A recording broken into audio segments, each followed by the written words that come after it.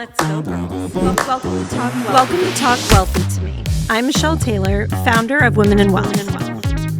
From breaking money myths to building wealth and achieving financial freedom, we're here to empower you to create your own path. Talk Wealthy. Now, join the conversation and let's change the way women think and feel about money. Okay, ready?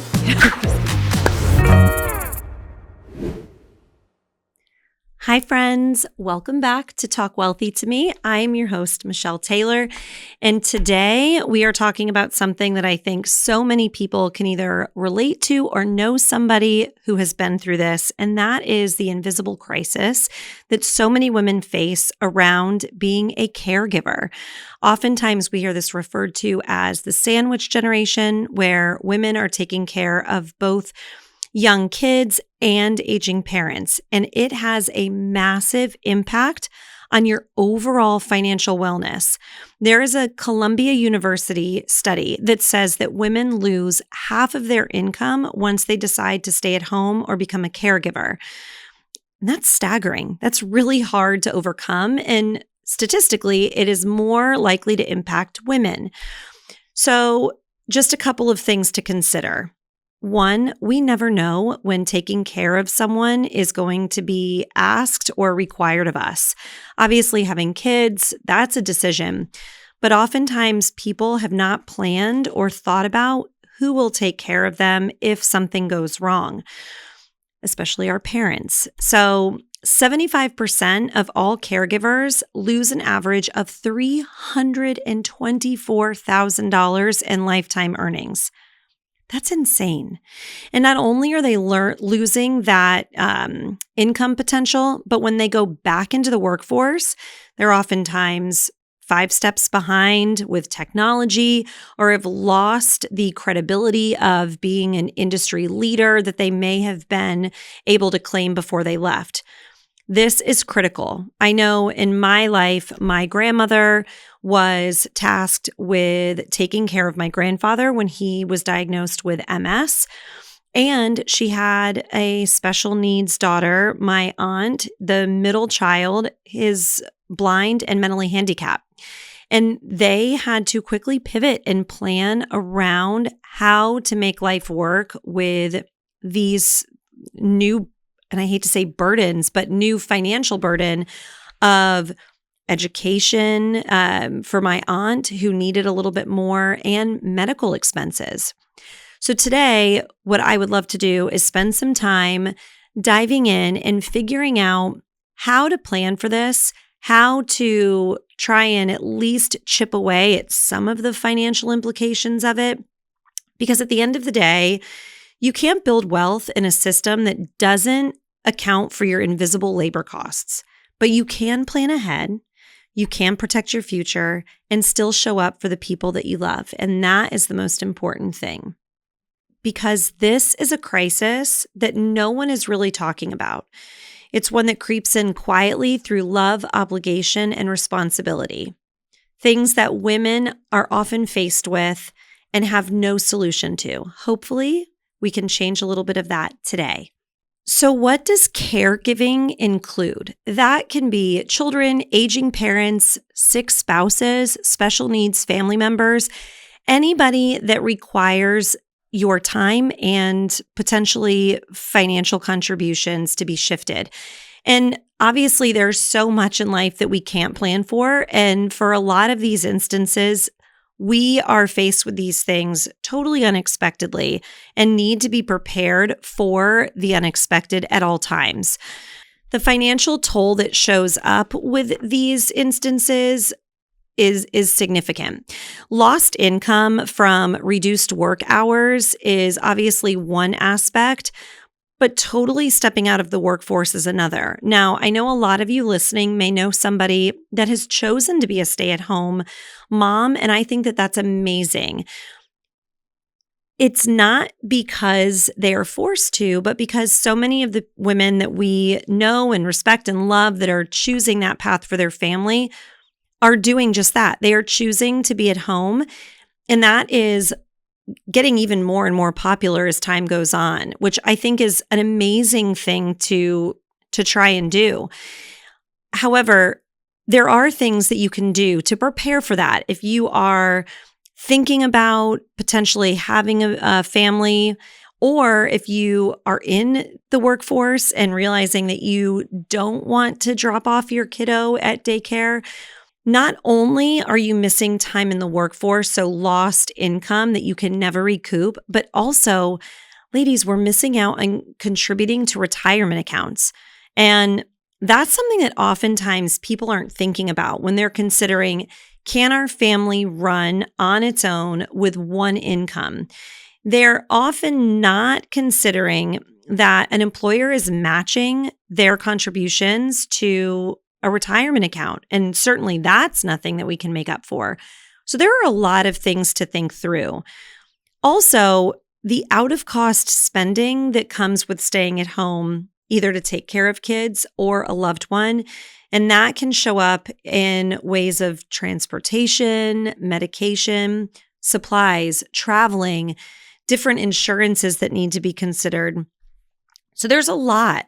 And starting to have the conversations and normalizing conversations around money and unexpected, not fun aspects of planning is even lower on the totem pole than sitting down with someone that you care about and talking about like what you're spending every month. And that is where we need to do better, right?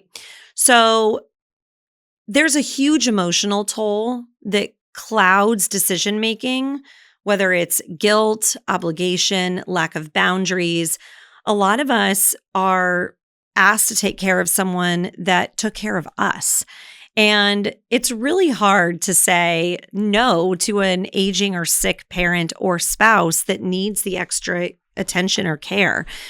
And there is no right or wrong answer here. It truly comes down to who should be staying home with this loved one and what can we do to make sure that you're planning for time outside of the workforce. And I think that it needs to be said also that we've kind of normalized caregiving as being a female duty, but the financial consequence isn't gender neutral. It lands squarely on women's futures. I can't tell you how many times I've encountered a woman that was married and chose to stay home, raise her kids, and then gets divorced.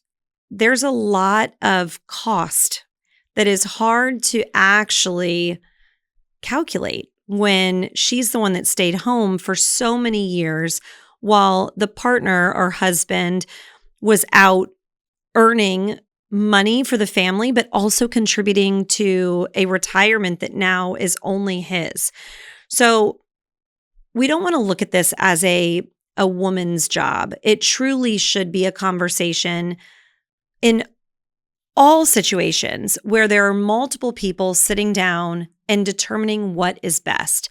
Maybe you're in a situation where a sibling or another spouse is in a better suited role to step back and work from home and help take some of these responsibilities on. But the money conversation needs to happen when you're determining who is going to be stepping into this caregiving role. Don't automatically assume, because you're the daughter or the mom, that it should fall on you.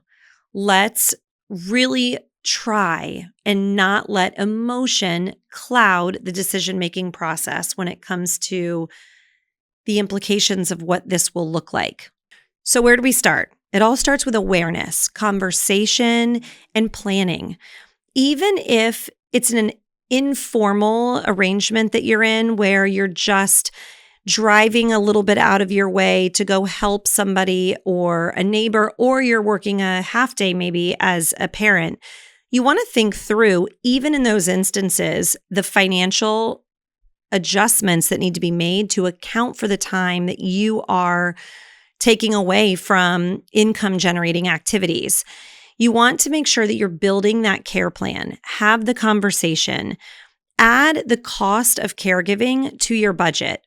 And even if it's as low as just tolls and gas, you want to think through what you can do to get in front of those things.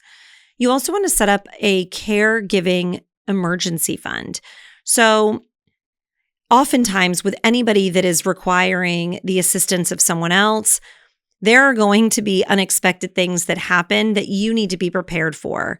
I would say that one of the easiest ways to consider this is for if you're staying home with your kids, and let's say that over time you realize that there are some extra resources that are needed, or even if it's just having somebody come in to help because you have other children that are in activities and then need to plan for going out to participate in those activities, and you have a littler one at home, think through what that will look like. Worst case scenario, you are over prepared and have a little bit extra money every single month to do something with, but that is not a bad thing, ladies. We want to make sure we're thinking through all of the things that can happen and planning for them in advance. The next piece is something that is not a ton of fun, boring, and nobody likes to talk about insurances, but we need to in this case. So I'm not talking about life insurance because, quite frankly, that worst case scenario is that person is no longer here. But what we do need to spend some time thinking about is encouraging the people in your life that may need you, the parents, the aunts and uncles, grandparents, spouses. Make sure that when you're making those elections with your employer, or you are faced with the option of doing it on your own, you're looking at things like short and long-term disability. Now, I know this is a cost that is an additional line item in your financial plan, but the reward of it will be exponential if it's ever needed. So I would say that during those real income producing years where you are at the height of your career, we want to protect that. So looking into both short and long-term disability is really important. Obviously, a lot of you ladies out there are probably familiar with short-term disability because of being pregnant. And that is a helpful thing to have, but just like in the title, short term is really only going to cover you for a couple of months. And we need to be prepared for something a little bit bigger. Long-term disability can cover anything from, terrible migraines that keep you at home for several hours and things that will impact your ability to work. You want to think through those. And I know that it's adding an additional cost, but I can assure you it'll be the best dollar you ever spent if something happens that's not in your control. I've had clients that have gone on disability claim for vertigo. I mean, it doesn't have to be something tragic, and I think that that's what we need to remember. Somebody that would be suffering from that, for example, a spouse, would need assistance, and it would impact potentially your ability to work a full-time role outside of the home. So think through those things. Make sure that you've got the coverage that you need, that at least you've got a financial cushion if something unexpected happens. With that, and this is something that for all of you that have parents out there, and quite frankly, when you're sitting down to do your own planning, long-term care is a hot topic for me and for so many. Going back to my grandmother, my grandfather had just sold his business and got this MS diagnosis after retirement. And thank goodness that both of them had planned really well for their retirement years, because my grandfather did have long-term care insurance. Now, this is nothing that would help with my aunt who is handicapped getting help financially, but it did allow for my grandmother to have in-home care without having to take it out of their retirement fund. And this is what I always tell people to think about. It's not just the cost of care, but think about if somebody, in this example, my grandfather had MS, he was home for a decade before he passed away. And if my grandmother had been required to spend down all of the money that they had built their entire lives saving, when he passed away, she was still retired. How was she going to pay for the rest of her life? And she lived for another, I think 25 years after my grandfather passed. So long-term care, again, is not anything fun, but it is the insurance that covers you in case you need in-home care or if you need to go into a facility. For any of you listening that have aging parents, the more you age, the more expensive this gets. So I would encourage you to ask the people that may rely on you one day if they've ever considered it. Obviously, it's a cost. And with people that are no longer working, those costs are even more costly, right? So think through what it would look like, encourage them to look into it because, again, it may offset some of the responsibility financially from a child, a spouse, and it would allow you to continue to work because you could have in-home care come in. So just to recap, the biggest things on the insurance side you want to look at are short-term, long-term, and long-term care. And one more thing about long-term care, as people are living longer and medicine and care are getting more advanced, long-term care is not as prevalent as it used to be. In, the last 20 years, there used to be, I think, 30 carriers that would provide it. Now it's down to like 3 or 4. It's wild. And that's just because it's no longer profitable. So it's something that you should pay attention to. Me in the height of, what I would consider my earning life, my husband and I are, not spring chickens, but have a long way to go before we retire. We want to protect those years. We already have long-term care. And every time that premium is pulled, it stinks because it's extra money that hopefully, knock on wood, we'll never have to use. But because we locked it in at such a young age, now it is locked in forever until we cancel it and much less expensive. So pay attention to those 3 insurances above all of the other ones that you've probably been inundated with, accidental death and dismemberment, all of those things. The most important are the things that are going to help you while you're still here, not only you, but your children, so that the burden doesn't fall on them. And then also for your parents, so that you're protected from both sides of the sandwich, if you will. The other thing is we want to talk about this early. Talk about it with your siblings. I know in my case, my cousins and I have talked about, God forbid, when something happens to my mom, who is now the primary, responsible party for my aunt, her sister, that will fall onto us. So we need to be prepared for that and just understand where everything is. So whomever you would share responsibility with, talk to them, talk about it early.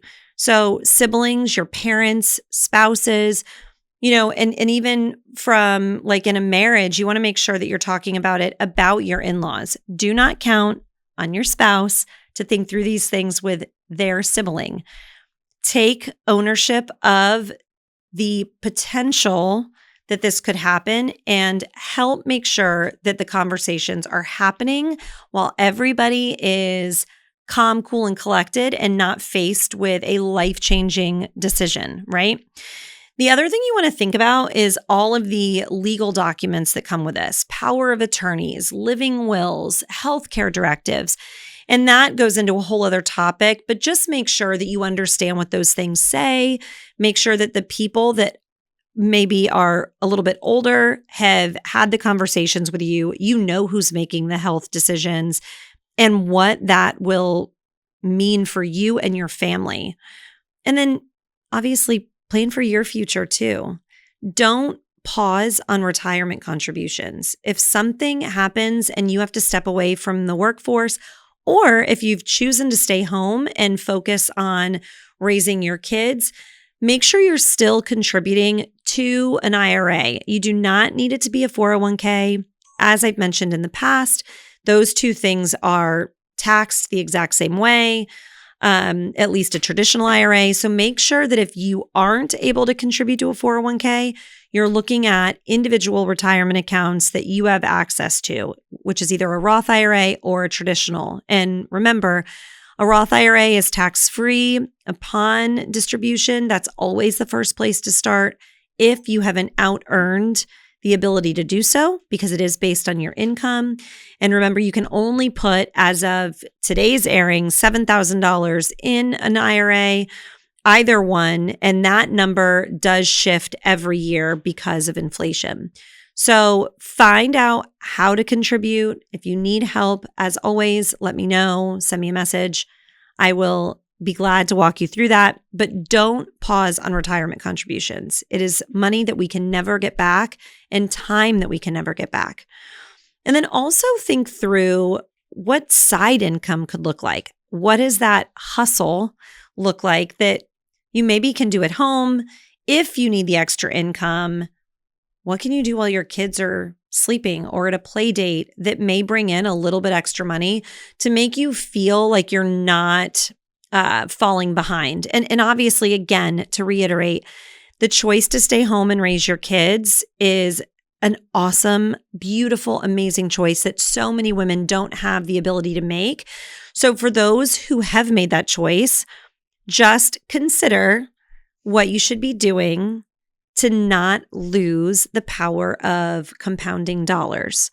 And even if that means bringing in a few $100s every single week that you can then put into a retirement or investment account, you are still on top of your financial future, and that is a win. The last thing is learn to say no or not right now without shame. If you're in a position where you simply cannot take on the responsibility of staying home or taking care of somebody or helping, there is no shame in admitting that. And I think so many women make the mistake of saying yes when they really want or need to say no. I am guilty of that. And I'm sure most of you listening are. We tend to do things out of the obligation or of just feeling it's the right thing to do. And we need to get better at considering ourselves in these situations and making the decision that is best for us, personally, professionally, and financially. So don't be afraid to say no or not right now, and be willing to explore different options together. Be part of the solution, even if it means that you aren't taking a step back and being part of that solution actively. It's easy to figure out if we are communicating, which is always the conversation that needs to be had. Open, honest conversations about what's best. Okay, so what do we do if you're in the thick of it? You have already had the conversations or been forced into this with an unexpected event, and you are a caregiver that has already taken a step back from a career to focus on something else. The best thing that I can tell you, number one, is look for support. And I know as a mama to 2 young kiddos, when they say it takes a village, it really does. Make sure that you've got a good group around you. If it's community groups, play date groups, even, if you're a caregiver for an elderly or sick family member, find a group out there that is filled with people that are going through the same thing you're going through. Everyone always says that entrepreneurship is really lonely, but really anything that you're doing without a group around you is going to be lonely. And I know from experience with different family members and friends that have chosen to stay home with their kids, sometimes you haven't spoken to an adult in 24 hours, and that can be tricky. Or if you're taking care of somebody that needs you, you're in that mode of caregiver, sometimes 24 hours a day. Finding a way to step out of that world and recharge your batteries is going to be so important to protecting your mental health. The next thing, obviously, is just track your time and expenses, reclaim the awareness. And I know you never want to get into that conversation with spouses or siblings, but I think it is important to just say, oh my gosh, so I spent X amount of time doing this activity this week or today, and the expenses that come with it. If anything, it is just validating that the work that people that are taking care of others are doing is incredibly valuable. And sometimes that's enough, is just to be validated in the work that you're doing when you're not somewhere getting accolades and recognized by coworkers and employees. And in a situation like that, it feels really good to just be able to say a job well done. So track what you're doing and ask for the feedback or at least the collaborative conversation to feel seen and heard and valued.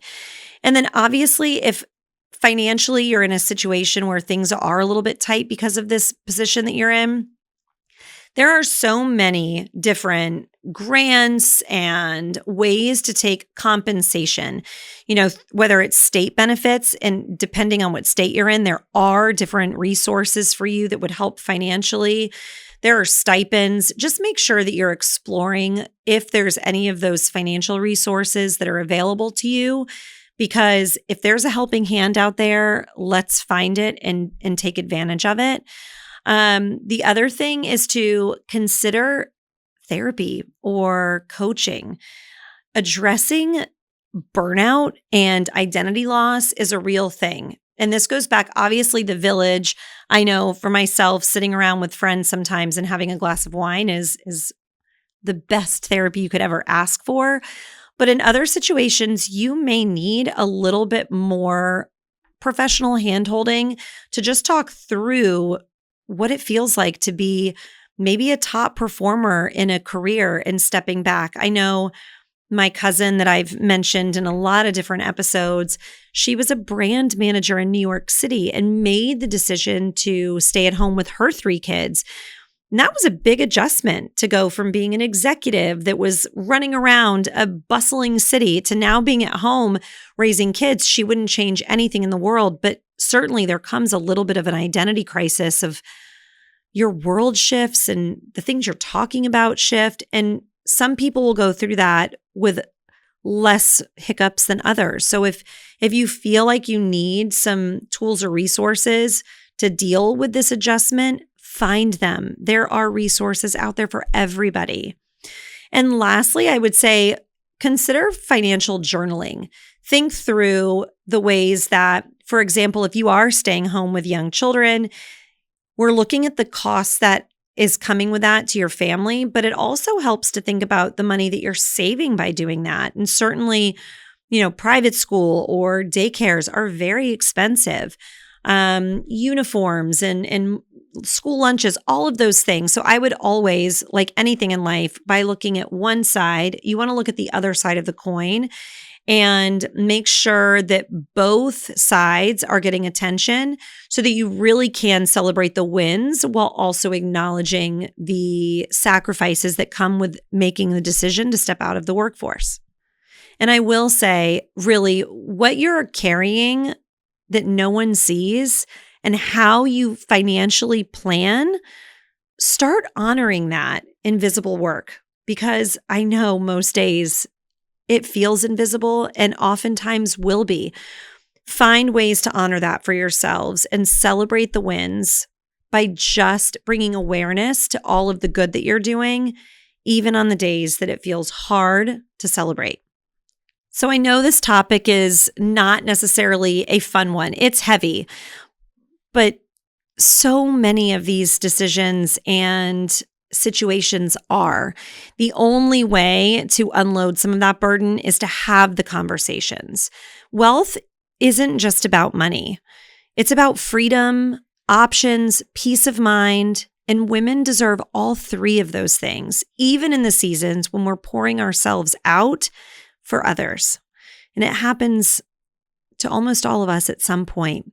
So I guess my biggest asks for all of you is to revisit your budget. Caregiving being a part of that. Think through what that looks like if you're staying at home or if you're taking care of someone else. Make the adjustments that are necessary so that you are feeling as in control of your financials as humanly possible while in a situation that may not have been one of your making. Talk with your partner or a parent or a sibling. Make sure that you understand what support needs to look like, what it will look like in the future, and revisit those insurances. Obviously, we want to make sure that you are as financially bulletproof as humanly possible. And the only way to do that is to hedge your bets, spend a little bit of money to protect yourself in worst case situations, and make sure that everybody is on board with doing so. And then share this episode with a caregiver that's in your life. There are so many women at home that may just really appreciate the validation of a friend or wife or sibling listening to this and saying, I listened to this podcast and realized that you're giving up a lot and I appreciate it. Sometimes that will be the best gift that you can give somebody that's at home pouring into somebody else.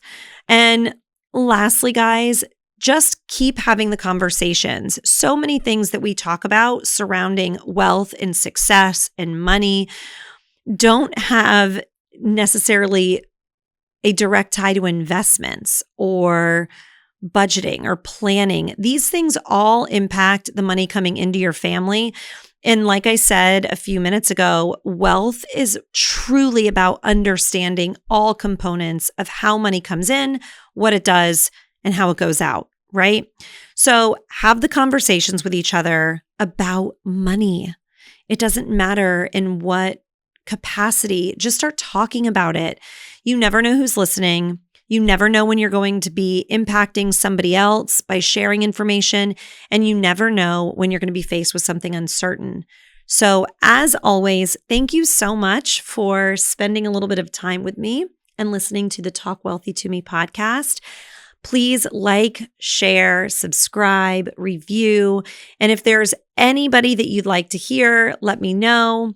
And if you need any resources on a checklist of how do I even start when it comes to planning to be a caregiver, drop a note in the show notes and my team will make sure to get something over to you to give you a little bit of a foundation to start with. Until next time, let's change the way women think and feel about money together.